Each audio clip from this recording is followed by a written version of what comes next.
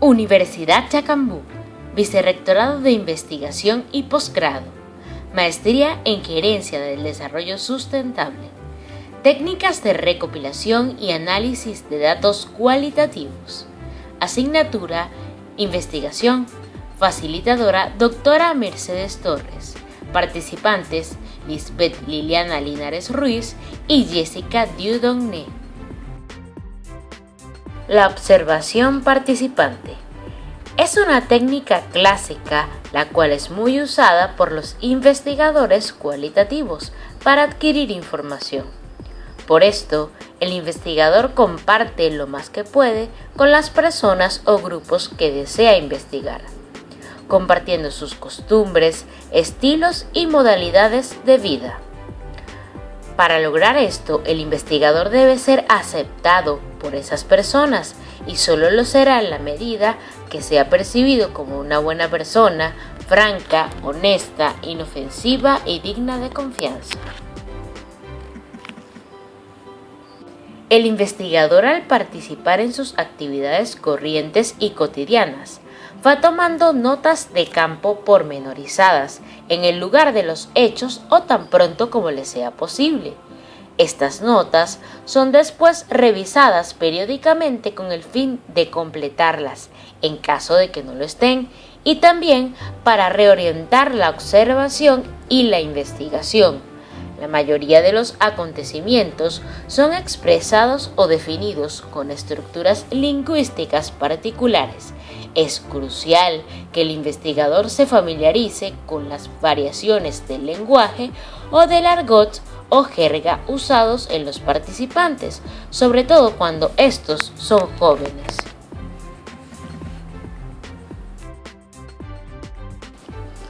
¿Qué debe hacer el investigador? ¿Alguien hizo algo? ¿Qué? ¿Quién? ¿Dónde? ¿Cómo? ¿Cuándo? ¿Por qué? Es decir, se consideran importantes los detalles en la técnica de observación participante. Además de la recopilación de datos de la vida diaria, se debe prestar un cuidado esmerado a los eventos especiales, que serán diferentes de acuerdo con la naturaleza del grupo en estudio. Por ejemplo, bodas, graduaciones, juicios, funerales, torneos y campeonatos. También merecen una atención particular las riñas o peleas por su capacidad informativa. Es recomendable seguir algunas líneas o guía para la observación y el registro de información, tales como ser descriptivo a la hora de tomar las notas de campo, recoger gran variedad de información de diferentes perspectivas, cruzar o triangular las diferentes clases de datos, observación, diálogo, documentos del programa, grabaciones, fotografías, entre otros. Usar citas que representen a los participantes en sus propias palabras y términos. Seleccionar sabiamente a los informantes claves y usarlos con cuidado, ya que su perspectiva es limitada. Ser consciente y sensible a las diferentes etapas del proceso. Al inicio, crear confianza y buena armonía. Durante la fase intermedia, estar alerta y disciplinado en las rutinas. Y finalmente, hacer una buena síntesis de las notas de campo. Tratar de involucrarse lo más posible en la experiencia que se estudia. Separar claramente la descripción de la interpretación y del juicio propio. Incluir en las notas de campo y el informe de evaluación las experiencias, los pensamientos y los sentimientos propios, pues también estos son datos del campo.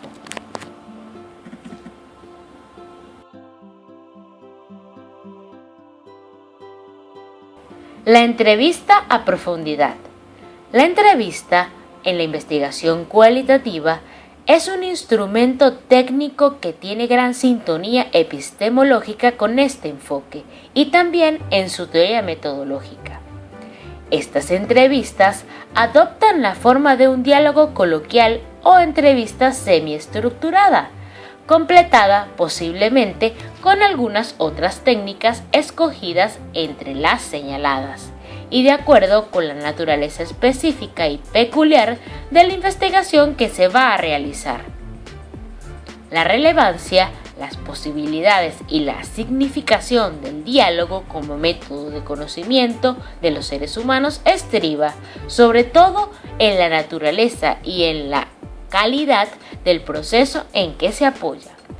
A medida que el encuentro avanza, la estructura de la personalidad del interlocutor va tomando forma en las mentes. Adquirimos las primeras impresiones con la observación de sus movimientos, sigue la audición de su voz, la comunicación no verbal y toda amplia gama de contextos verbales por medios de los cuales se pueden aclarar los términos, descubrir las ambigüedades, definir los problemas, orientar hacia una perspectiva, entre otros.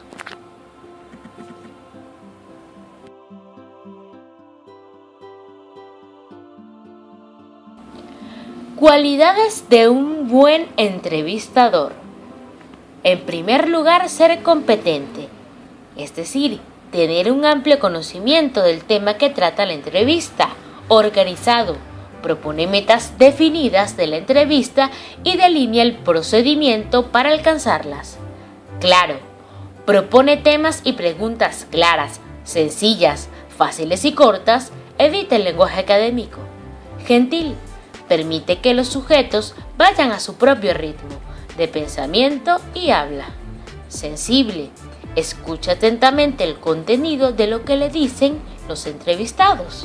Abierto, identifica qué aspectos del tópico que aborda la entrevista son importantes para el entrevistado. Orientado, conoce a dónde quiere llegar teniendo clara la meta y el propósito de la entrevista. Crítico, no toma todo lo que le dicen como natural y evidente, sino que invita amablemente al entrevistado a que exponga las razones o argumentos que le convencen a él. Buena memoria. Recuerda los tópicos que el sujeto ha tratado a lo largo de la entrevista. Interpretativo. Maneja la entrevista para clarificar o ampliar las afirmaciones del entrevistado.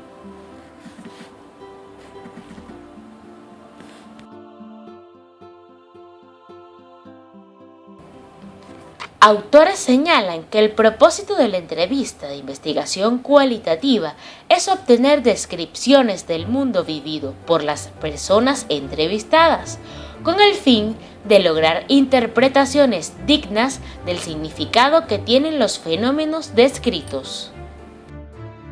La narrativa testimonial se fundamenta en el enfoque fenomenológico de la apreciación de las realidades, es decir, que lo que es verdaderamente real en la vida humana no son las cosas y los hechos en sí físicamente, sino cómo lo vivimos, cómo lo sentimos y cómo nos afecta. Ejemplo de esta narración testimonial.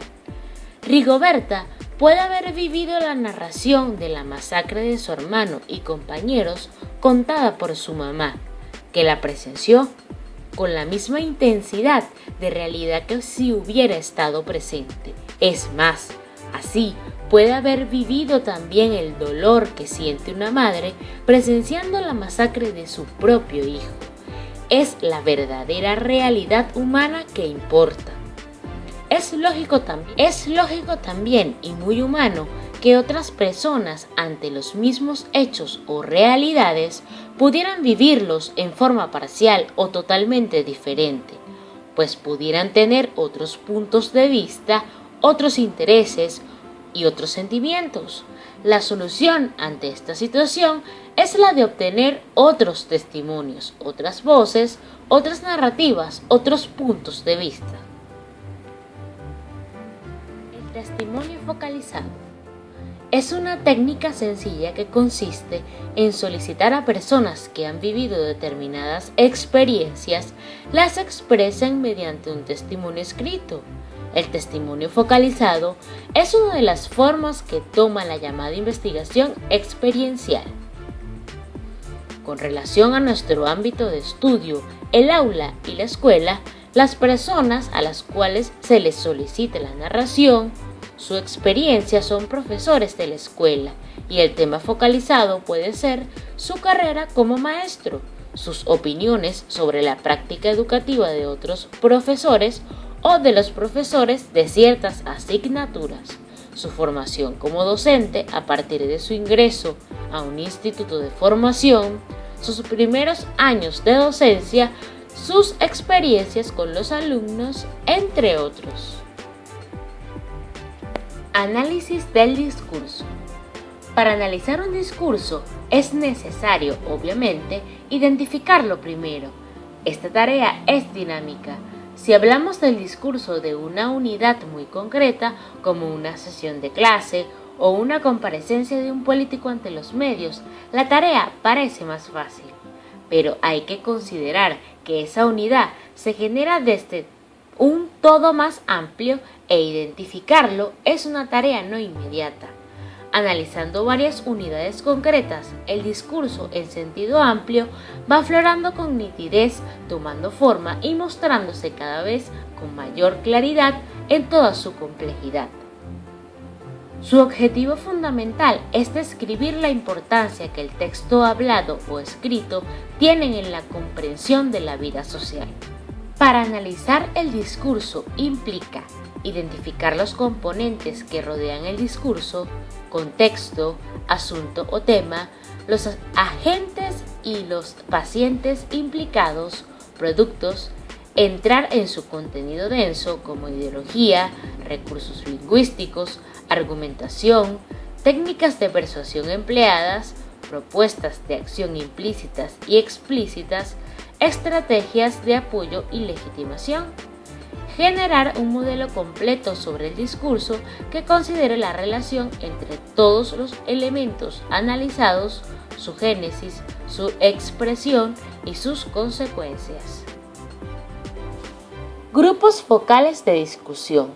Se define como focal debido a que se centra en un tema puntual de investigación, que es oportuno porque concuerda con el pensar y sentir. Con esta técnica se busca obtener datos de investigación para analizar y responder interrogantes a través de los grupos focales. Estos permiten que exista flexibilidad al momento de cómo formular las preguntas de grupo a grupo. Además, la naturaleza de las respuestas depende de los participantes mismos. Estos grupos nos llevan a un proceso más subjetivo de escuchar opiniones y captar los significados de lo que se está diciendo en las discusiones de los participantes. Tipo de población. Habitualmente, el grupo focal está compuesto por 6 a 8 participantes, los que deberían provenir de un contexto similar. Grupos focales de discusión, aplicación y análisis. Los grupos focales son entrevistas de grupo, donde un moderador guía una entrevista colectiva durante la cual un pequeño grupo de personas discute en torno a las características y las dimensiones del tema propuesto para la discusión. El moderador es un especialista que por lo general es miembro del equipo de investigación, con conocimientos calificados en la guía de grupos y su dinámica. El moderador se enfoca en algo puntual, partiendo desde un conjunto predeterminado de tópicos de discusión. Estas informaciones que se extraen de la discusión grupal se basan en lo que los participantes dicen durante sus discusiones. Los grupos focales implican decisiones complejas, como por ejemplo, a quiénes elegir como miembros de un grupo focal, qué preguntas constituirán la base de la discusión, cómo se guiará la discusión de manera de que obteniendo información esencial no se distorsione influyendo en la opinión de los participantes, cómo se analizarán los datos, cómo debe estructurarse el informe final. Los grupos focales son básicamente una forma de escuchar lo que dice la gente y aprender a partir del análisis de lo que dijeron. En esta perspectiva, los grupos focales crean líneas de comunicación, donde el primer canal comunicación se establece al interior del grupo, con un continuo comunicativo entre el moderador y los participantes, así como entre los participantes mismos. Los grupos focales principalmente representan una técnica de investigación cualitativa, donde la discusión grupal se utiliza como un medio para generar entendimiento profundo de las experiencias y creencias de los participantes. Como lo señala Morgan, 1998, los grupos focales se planifican en base a 3 elementos consecutivos de toda investigación cualitativa, como lo son la exploración y descubrimiento, contexto y profundidad, e interpretación. En la exploración y descubrimiento, los grupos focales en este contexto son usados frecuentemente para aprender sobre opiniones o comportamientos de la gente acerca de lo cual se sabe poco o nada.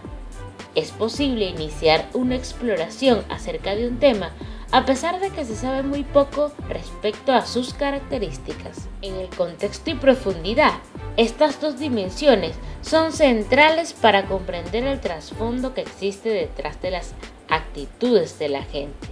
Los grupos focales llegan a estas dimensiones a través de impulsar en los participantes el deseo de investigar las modalidades y formas mediante las cuales ellos son, al mismo tiempo, semejantes y diferentes unos a otros.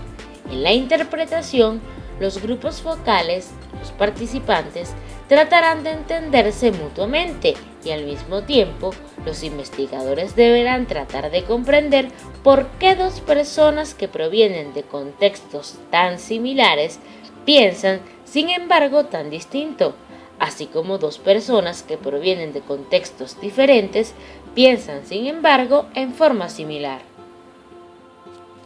Resultados. El grupo focal está en el punto medio de un proceso amplio de comunicación, que podría ser caracterizado por los siguientes elementos. Primero, los miembros del equipo investigador deciden qué necesitan escuchar de los participantes. Segundo, el grupo focal crea una conversación entre los participantes en torno a este tópico. Y tercero, los miembros del equipo de investigación sintetizan lo que ellos han aprendido a partir de lo que han dicho los participantes. Reducción de datos. En primer lugar, se simplifica o selecciona la información para que sea más manejable. Esto consiste en procesos racionales, por lo general, se basan en la categorización y codificación, identificando y diferenciando unidades de significado. También la reducción de datos supone seleccionar parte del material recogido. Categorización. La categorización consiste en la segmentación de elementos singulares o unidades que resultan relevantes y significativas desde la perspectiva de nuestro interés investigativo. La categorización puede hacerse antes de entrevistar o después de haber hecho las entrevistas, o por el contrario, puede surgir a medida que se analizan los datos ya recogidos. El primer caso, antes, se establece un conjunto de categorías, clases de fenómeno o hechos, desde las teorías que estudian dicho fenómeno o hecho. En el segundo caso, después, las categorías del análisis se establecen posterior a las entrevistas u observaciones a partir de lo que la gente dice o hace. La categorización comprende varias fases. En la primera, la separación de unidades, que consiste en separar segmentos que hablan de un tema en específico, con la dificultad de encontrar fragmentos de diversa extensión, a los que se aplica la distinción entre unidades de registro y unidades de enumeración. Codificación. Es la operación concreta, el proceso físico, por lo que se asigna a cada unidad un indicativo o código, propio de la categoría en la que consideramos incluida. Identificación y clasificación de unidades. se refiere a la actividad que se realiza cuando se ejecuta una categorización y codificación de un conjunto de datos. Este instrumento es vital para la investigación, ya que clasifica conceptualmente las unidades descubiertas por un mismo tópico con significado. Síntesis y agrupamiento. Podría no darse la exhaustividad, lo que significa que se puede encontrar unidades no compatibles con ninguna de las categorías porque la información no es de importancia en el estudio. También puede ocurrir que una unidad participe en más de una categoría. La noción de prototipo, que significa el tipo idóneo, con un 100% de pertenencia a una sola categoría. Las actividades de síntesis prevalecen cuando se agrupan las categorías que tienen algo en común en metacategorías o cuando se definen metacódigos que agrupan a un conjunto de códigos. Disposición y transformación de datos. Recolección de un conjunto ordenado de información presentada en forma operativa que solventa asuntos concernientes a la investigación. Para esta tarea se debe utilizar cualquier programa informático de ayuda al análisis cualitativo. ¿Cómo se hace? A partir de los antecedentes recogidos en el marco teórico, se establecen las ideas más resaltantes recopiladas en el terreno, que deberían ser consultadas haciendo una lista con ellos. Por ejemplo, si un investigador tiene que indagar sobre la ingesta de alimentos en determinado ambiente, puede terminar confeccionando la lista de categorías.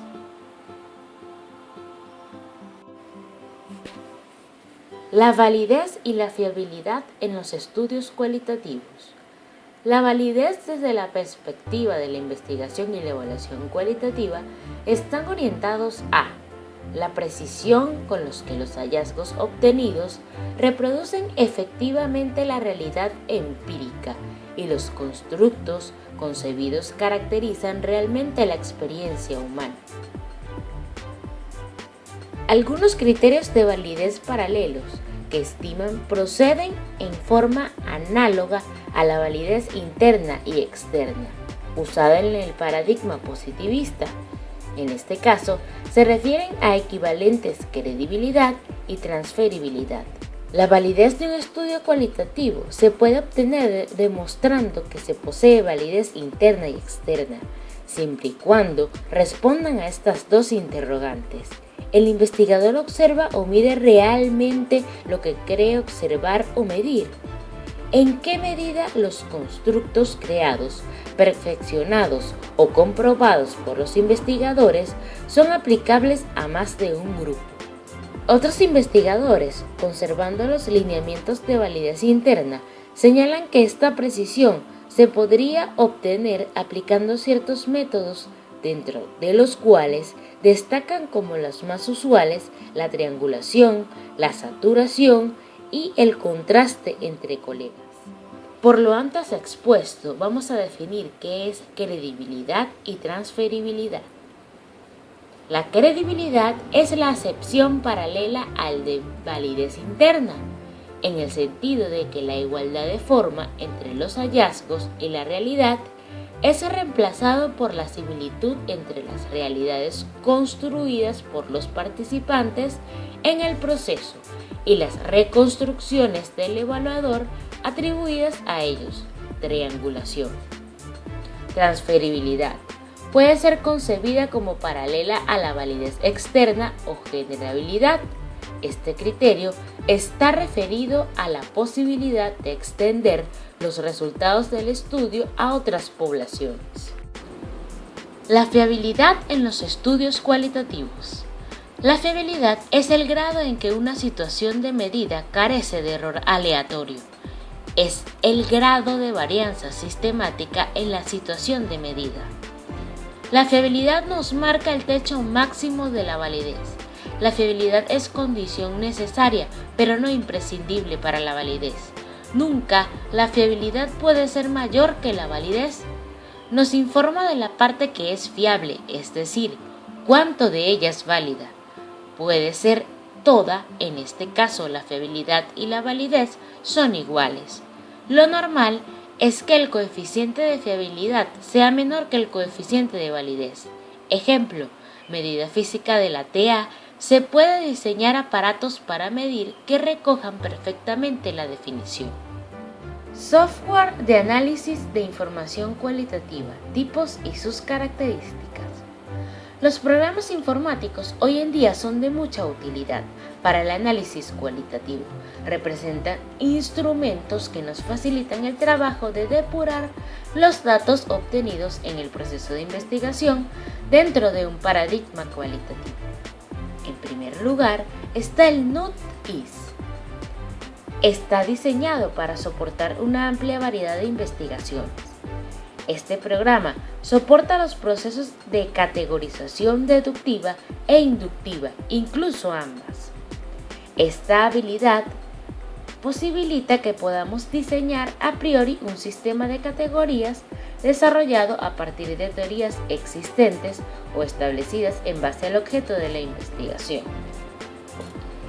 En resumen, la capacidad de dividir la información textual recogida en la investigación puede asignar categorías, establecer relaciones entre ellas, realizar búsquedas textuales específicas, construir matrices, entre otros.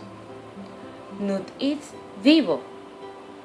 Los investigadores pueden gestionar tanto datos enriquecidos como textos enriquecidos, usando negrita, cursiva, colores y otros formatos.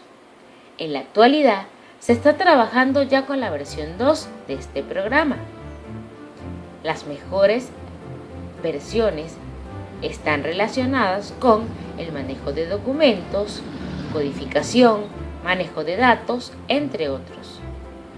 WinMax es una herramienta para el análisis de textos, robusta y fácil de manejar, que puede ser usado bajo la teoría fundamentada, codificar y recuperar, incluso para los más sofisticados.